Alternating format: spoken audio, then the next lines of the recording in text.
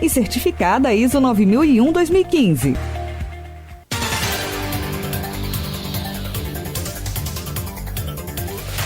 São 7h30 em ponto, 7h30. Vamos continuar com Folha no Ar, primeira edição, oferecimento Laboratórios Plínio Bacelar e Clínica Proteus. E recebendo aqui, com prazer, com alegria, o Rodrigo Lira. Obrigado, Rodrigo, por aceitar o nosso convite. E realmente, Arnaldo, esse microfone que você trocou agora está bem melhor que o som do outro. Então vamos embora. E só ao Rodrigo, que esse microfone é muito direcional, você não precisa encostar, mas bem na direção do microfone. Tá. Bom dia mais uma vez ao ouvinte da Folha FM.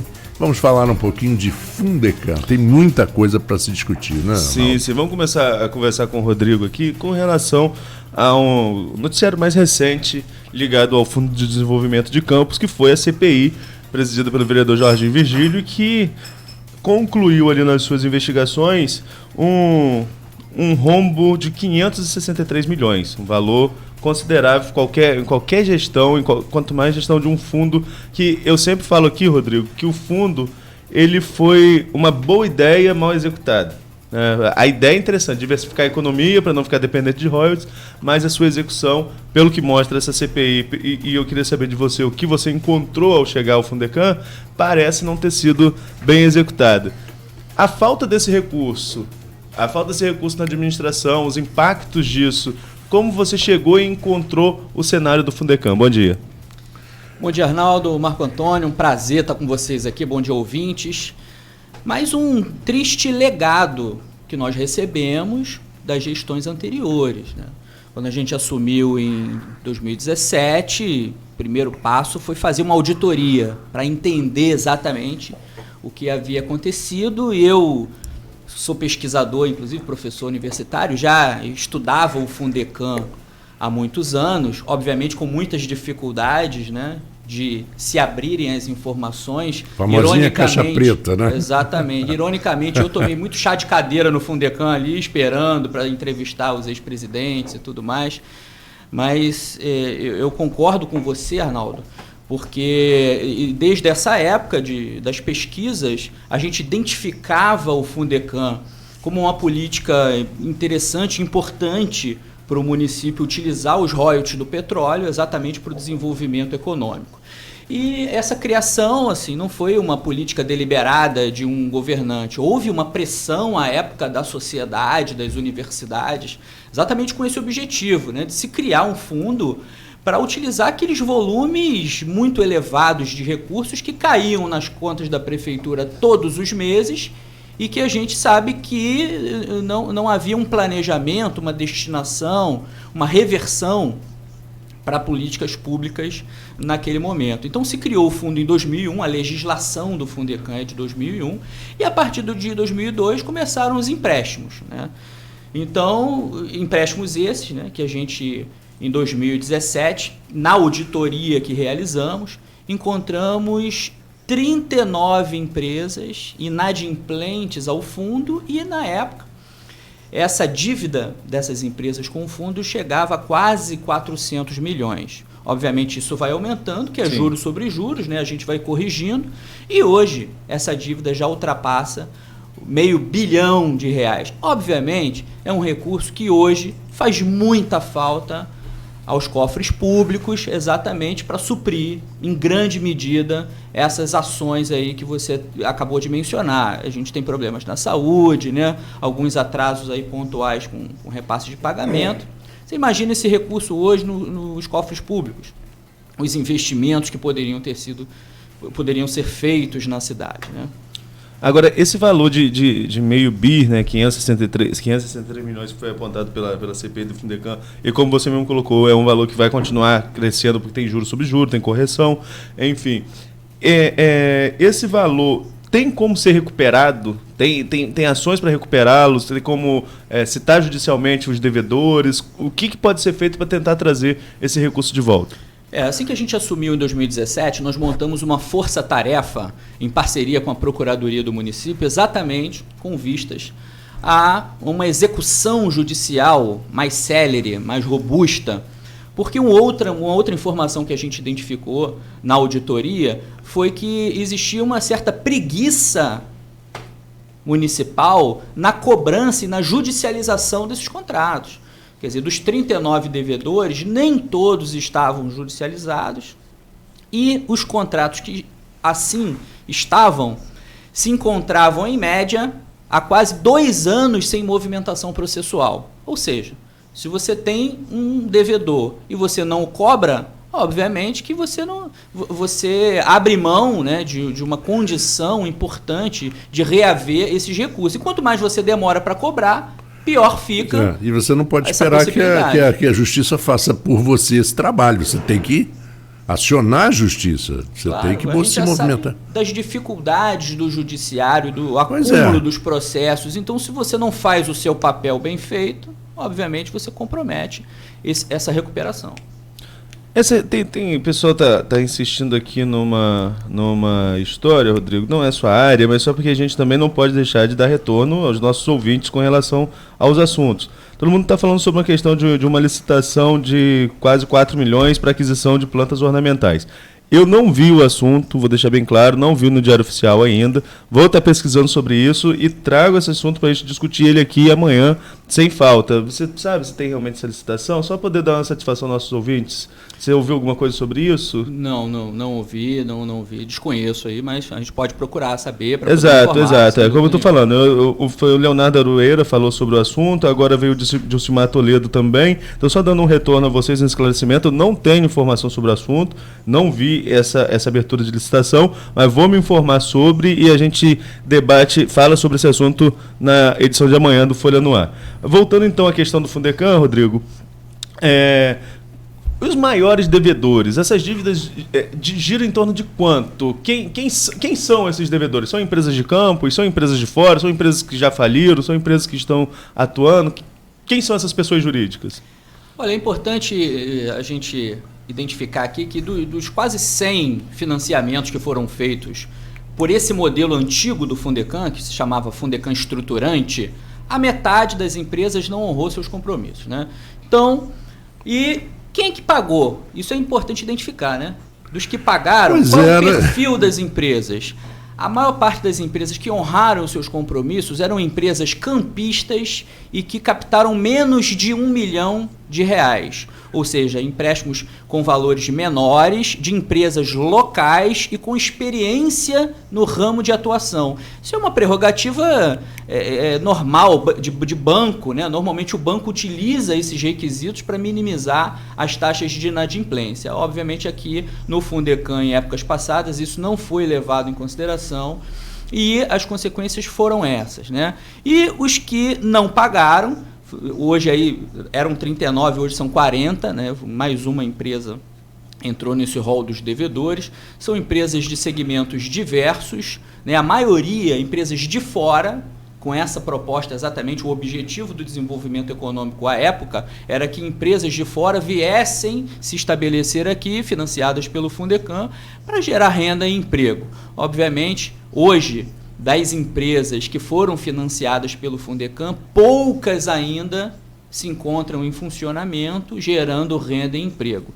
Então, realmente, infelizmente, não foi uma política bem sucedida aqui em nossa cidade. Você teria informação sobre quais seriam essas pessoas jurídicas? Quais são os maiores devedores hoje do Fundecam? Ah, sim. O maior é um caso muito emblemático, que é a famosa fábrica de macarrão, a do Vêneto, que veio do Espírito Santo já num processo de falência, conseguiu em 2004 aqui captar 22 milhões. Você imagina hoje 22 milhões já é um recurso importante, né? Em 2004? Em 2004. E em 2004, são 15 anos milhões, atrás, corresponde hoje a 65, 70, fácil. Por aí. Você vê a dívida hoje, corrigida, juros e multa, ultrapassa uns 100 milhões.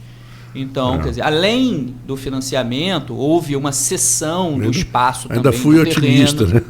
E que a gente, com essa força-tarefa, essa judicialização, né, essa visão implacável aí da cobrança na justiça desses recursos, dentre os êxitos, as vitórias que nós conseguimos na justiça, está exatamente a reintegração de posse da fábrica de macarrão, que hoje está em posse do município, e obviamente a gente está promovendo alguns estudos visando identificar a destinação daquele imóvel. São 6 galpões, não sei se vocês conhecem aí, mas é uma estrutura muito bacana, e algumas empresas já vêm nos procurando aqui interessadas em assumir.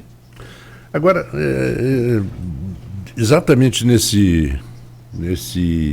conteúdo que você está falando, por exemplo, essa história da fábrica de macarrão, veio do Espírito Santo já com um histórico de falência. Pega 22 milhões que você falou. Exato. Não chegaram a construir o galpão, não é isso? Ou não? Ou já existia o galpão? Não, chegaram a construir. Construir o galpão. Quer dizer, isso não se encaixa, isso não fica muito evidente alguma fraude, alguma coisa estranha nisso, porque não é possível, né? Porque nem uma máquina de fazer macarrão tinha, né? Alguns especialistas vieram depois fazer a análise e disseram o seguinte: olha, essa fábrica aqui com 6 milhões você fazia algo de primeiro mundo, né?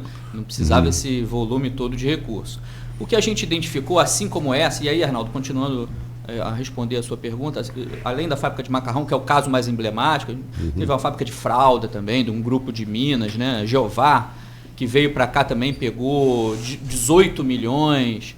Teve uma tentativa de se fazer aqui uma usina de acetona e também se captou aí em torno de 15 milhões. Então, assim, os recursos eram fartos, volumosos e financiados assim sem muito critério, né? Porque uma das maiores dificuldades na cobrança judicial de boa parte desses empréstimos é exatamente a fragilidade dos contratos, né? A precariedade dos contratos.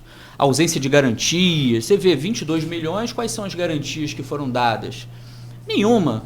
Não se tinha. Tinha fiança dos sócios das empresas, das próprias empresas, né? Tinha um caso emblemático, acredito, foram contratos para ônibus, que os ônibus adquiridos eram a própria garantia, né? Você não tinha garantia nenhuma, então. Os ônibus que seriam adquiridos? Seriam adquiridos, a garantia era o que seria comprado com o próprio recurso. Exato, e como os ônibus estariam funcionando no transporte público, como é que você tira ele do transporte? Como é que você... Não, e a desvalorização? Depreciação. Depreciação, né? Nós tivemos aí manifestações recentes, queima de ônibus e por aí vai, depredações. Então, realmente, mais um triste legado que nós recebemos da gestão anterior. Agora, o que a CPI veio para auxiliar nesse trabalho de auditoria que vocês estavam levantando? Isso, hoje, por exemplo, os documentos da CPI do Fundecam já foram enviados para os órgãos de controle externo, Ministério Público, Ministério Público Federal também, Polícia Federal e para o Judiciário.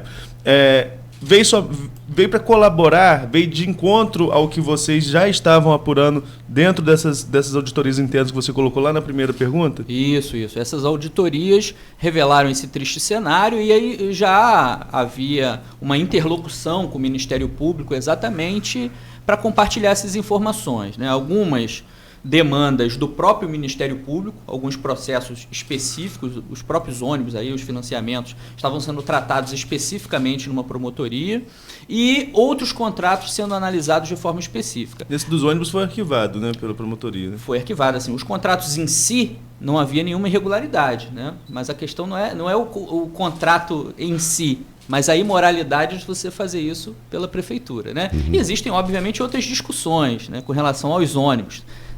São tantos assuntos, né, que a gente teria que fazer algumas sessões dessa aqui. Mas, por exemplo, uma das empresas financiadas, ela ganhou a licitação com uma quantidade de ônibus muito menor do que a exigida na licitação. Então, assim, a imoralidade, ela está nessas questões também, né? Como é que uma empresa ganha? Quer dizer, você tinha a exigência aí de 115 ônibus para ganhar uma determinada linha lá do consórcio, você tinha 15 ônibus com mais 30 do Fundecam, 45, e você ganhou essa concessão, que essa licitação. O consórcio 1, né? O consórcio 1 está nos processos lá, foi uma das empresas financiadas, a Rogil, por exemplo. Ela ganhou essa licitação com a quantidade de ônibus muito abaixo do que previa esse edital. Então, assim, algumas questões importantes que precisam ser levadas em consideração também, não só o contrato em si friamente, né? Então, por isso foi arquivado. O Ministério Público olhou o contrato e falou, olha, não, o contrato aqui não tem irregularidade nenhuma, né? Obviamente, existe uma questão anterior, né, importante, que deve ser levada em consideração também, que foi a forma como foi feita a licitação, né? Utilizar dinheiro público para financiar empresas privadas que continuam se valendo dos ônibus para oferir lucros aqui no município, não pagaram, não honraram seus compromissos, nenhuma parcela, nenhuma das 3 empresas. E esse é um dos vários casos que a gente tem, né? Você acha que isso vai virar aquela história, daquela expressão jocosa brasileira, você vai cobrar do Papa?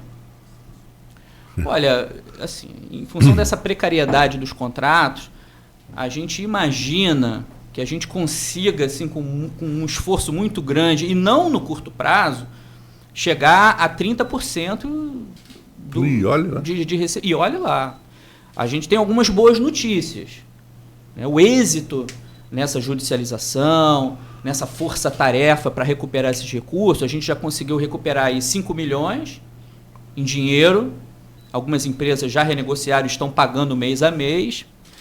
E esse dinheiro a gente já está revertendo para políticas locais importantes para o município, aí sim, apostando, investindo no empreendedor campista, no pequeno empreendedor campista, e hoje, Arnaldo... Na diversificação do Fundecam. Na diversificação. A nossa taxa de inadimplência não ultrapassa os 3%.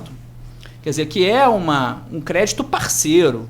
A gente, além do financiamento, nós montamos um grupo, um programa de orientação na gestão dos empreendimentos também, em parceria com o Sebrae, com as universidades. Então, o pequeno empreendedor, além do recurso, ele tem a capacitação e a orientação na gestão. Muitas vezes o empreendedor ele não faz um fluxo de caixa, não sabe calcular o preço de venda. Existem metodologias já existentes na cidade, que o próprio Sebrae compartilha, e a gente utiliza esses recursos para poder potencializar a gestão desses empreendimentos, melhorar a performance desses empreendimentos, gerando mais renda, mais emprego para a cidade. E, obviamente, isso impacta também na inadimplência, diminui a inadimplência, porque ele melhorando os resultados, ele amplia e aumenta a possibilidade de pagamento ao Fundecam. Rodrigo, nós vamos fazer um pequeno intervalo, vamos deixar já um assunto no ar para o segundo bloco. Nós sabemos que multas, dívidas, essas coisas, de uma maneira geral,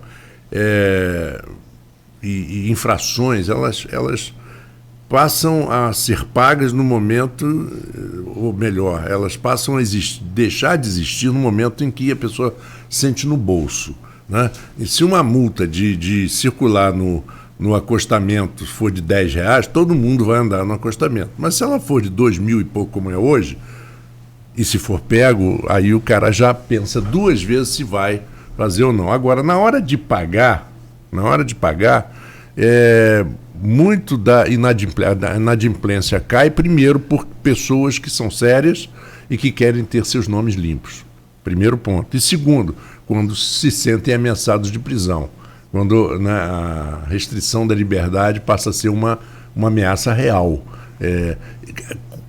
Como que você acha que, pergunta para o próximo bloco, que o Fundecam pode transformar essas irregularidades em crimes, né? Realmente, olha, isso aqui foi um crime, não foi só uma irregularidade, foi um crime contra o patrimônio público, e isso pode dar cadeia e vai dar cadeia. Quando que você acha que isso pode ser feito e como pode ser feito? Então vamos ao intervalo e voltamos já. A rede de drogarias Leopoldina, hoje com 10 lojas,